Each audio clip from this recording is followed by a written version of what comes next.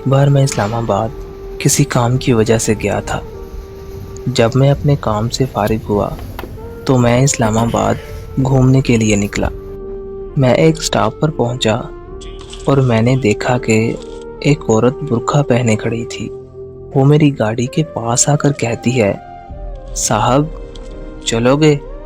میں نے پوچھا، آپ کو کہاں جانا ہے؟ تو اس نے کہا، جہاں آپ لے چلو۔ اس کا چہرہ اترا ہوا تھا۔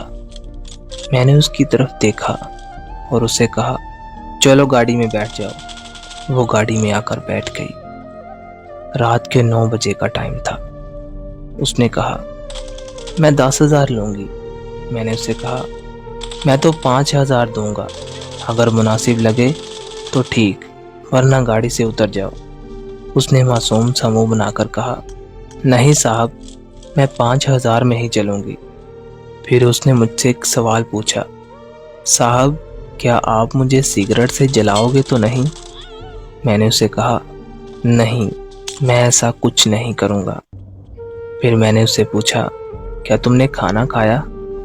تو وہ چپ رہی۔ میں سمجھ گیا کہ اس نے کھانا نہیں کھایا۔ میں نے ایک ہوٹل پر اپنی گاڑی روکی اور کھانا پیک کروا لیا، اور کچھ دیر میں ہم فلیٹ پر آ گئے۔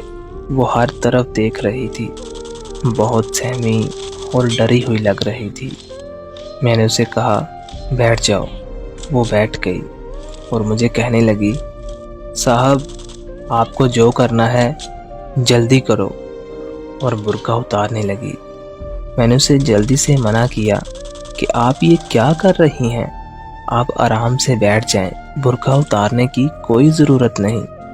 وہ مجھے بار بار کہنے لگی، صاحب جلدی کرو نا، مجھے گھر بھی جانا ہے۔ اتنے میں میں اس کے لیے اور اپنے لیے کھانا لے آیا، تو اس نے صاف صاف منع کر دیا کہ میں کھانا نہیں کھاؤں گی، مجھے بھوک نہیں ہے۔ لیکن مجھے پتا تھا کہ اسے بھوک لگی ہے۔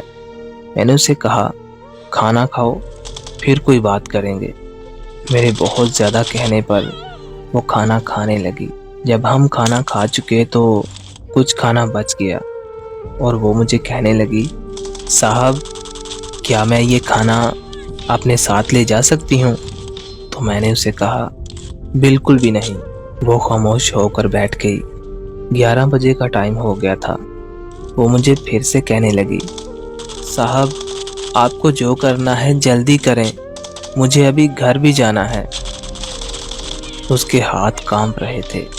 میں نے اس کے سر پر ہاتھ رکھا اور کہا، بہن میں تم کو یہاں کسی غلط کام کے لیے نہیں لے کر آیا، تم بے فکر ہو جاؤ، یہاں پر تمہاری عزت بالکل محفوظ ہے۔ وہ مجھے کہنے لگی، صاحب کیوں مزاح کرتے ہو؟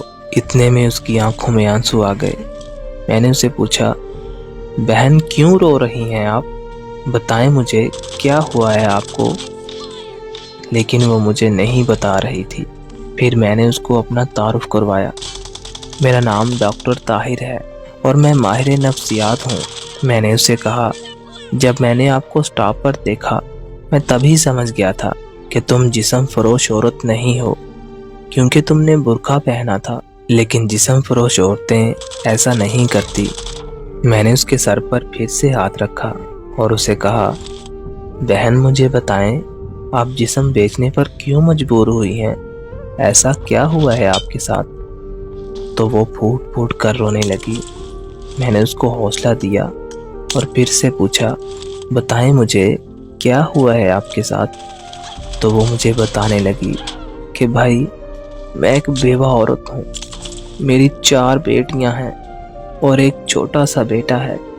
سسرال والوں نے گھر سے نکال دیا، اپنے بھائی بہن بھی ساتھ چھوڑ گئے، وہ بھی آخر کب تک ساتھ دیتے۔